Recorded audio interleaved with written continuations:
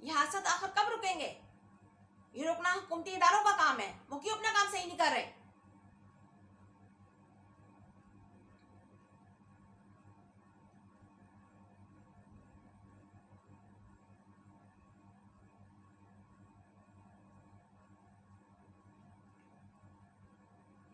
और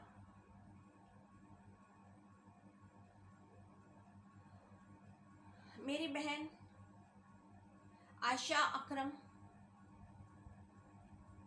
इस शर्मनाक हादसे से पहले जिस तरह पाक और मोहतरम थी, मेरे लिए अब भी पाक और मोहतरम है। असल बेइज्जती और जिल्लत उन दरिंदों की है, उन बगैरतों की है जिन्होंने ये शर्मनाक काम किया है, और मेरे लिए वो आज भी मोहतरम है और हमेशा रहेगी। और जितनी भी औरतें, बच्चियां जिनके भी रेप हुए हैं, मेरे लिए वो सब काबिल एहतराम है, रेप होने से पहले जिस तरह थी, क्योंकि जिल्लत उनकी है जिन्होंने उनके साथ ये गलत काम किया बगैरतों की।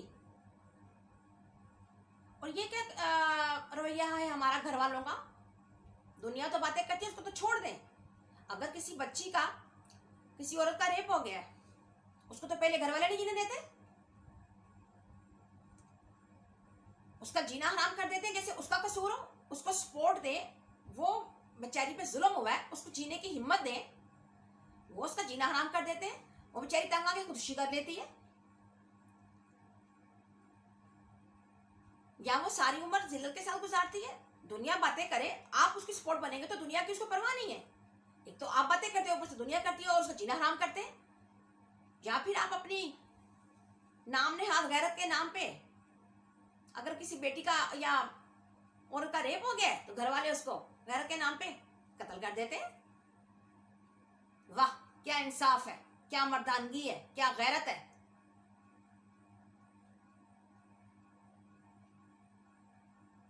कि जिस पे जुल्म हुआ है उसको ही मार दो।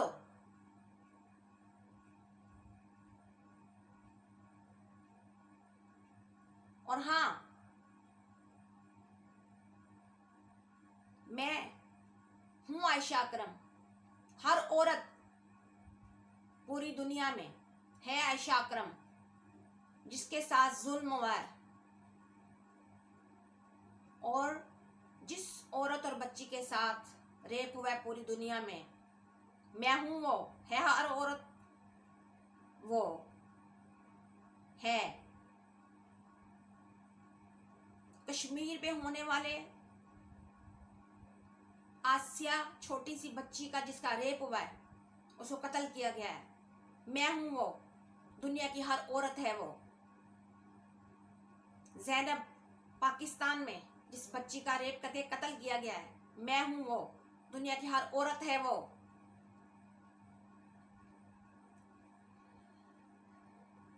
हम औरतें इतनी गैर महफूज हो चुकी हैं, बच्चियां, कि ऐसे हादसा देख के हम ये सोचते हैं कि अगर वो महफूज है, क्या हम महफूज हैं? कि अगली बारी हमारी है? क्यों हुकूमती इदारों की जिनकी जिम्मेदारी है इन वाकयात को, इन हादसात को, शर्मनाक वाकयात को मुस्तकिल क्यों नहीं रोकती? ये रुक सकते हैं, लेकिन ये जिम्मेदारी से अपना काम नहीं करते, उनको करना पड़ेगा।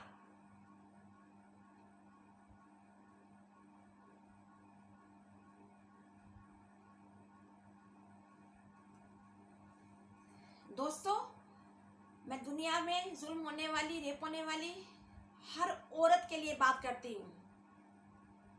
जिस पे जुल्म होता है मैं उसके लिए बात करती हूँ, उसकी इज्जत के लिए बात करती हूँ। मैं कश्मीर की औरत की इज्जत की बात करती हूँ। बर्मा में रोहिंग्या मुसलमान की जो औरतें हैं उनकी इज्जत के लिए बात करती हूँ। दुनिया में हर जगह, यहाँ जहाँ औरत पे, बच्ची पे, छोटे बच्चों पे, ख्वाजा सरा पे, मर्द पे, किसी पे उसका रेप हो रहा है, उसकी इज्जत को, इज्जत के साथ बुरा किया जा रहा है, मैं आवाज उठाती हूँ, मैं बात करती हूँ। लेकिन मेरा मुल्क पाकिस्तान, मेरा शहर लाहौर, मेरा मीनारे पाकिस्तान, वहां पर हम महफूज नहीं हैं। वहां पर मेरी बहन आयशा अकरम के साथ 400 लोगों की मौजूदगी में एक शर्मनाक वाकया पेश आया, और हिम्मत है उस आयशा अकरम की कि घर वाले कहते हैं ऐसे मौके पे ना बोलो, चुप करके बैठ जाओ। वो नहीं चुप करके बैठी, उसने FIR कटवाई है, उसे आवाज उठाई है, उसे इंसाफ मिले ना मिले, लेकिन उसकी हिम्मत को सलूट है।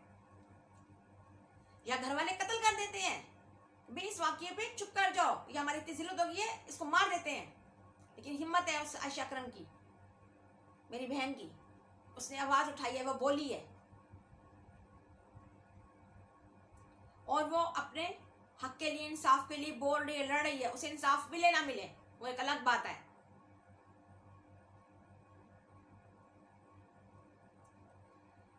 और अब मैं हाथ जोड़ के अपनी बहन आयशा अकरम, जिसके साथ ये शर्मनाक वाकया हुआ है, और जितनी बच्चियां, जितनी औरतें उनके साथ रेप होते हैं, कत्ल हो जाते हैं या रेप हो जाते हैं, मैं उन सब से शर्मिंदा हूँ। मैं उन सब से हाथ जोड़ के माफ़ी मांगती हूँ, सिर्फ एक औरत होने की वजह से नहीं, एक इंसान होने की हैसियत से, एक इंसान होने की हैसियत से, कि ए मेरे प्यारी बहनों, प्यारी बच्चियों, अल्लाह की बड़ी बाइज्जत बनाई हुई मखलूक औरतों, मैं आपको बचा नहीं सकी, मैं आपके लिए कुछ नहीं कर सकी, मैं शर्मिंदा हूं, मुझे माफ कर दे।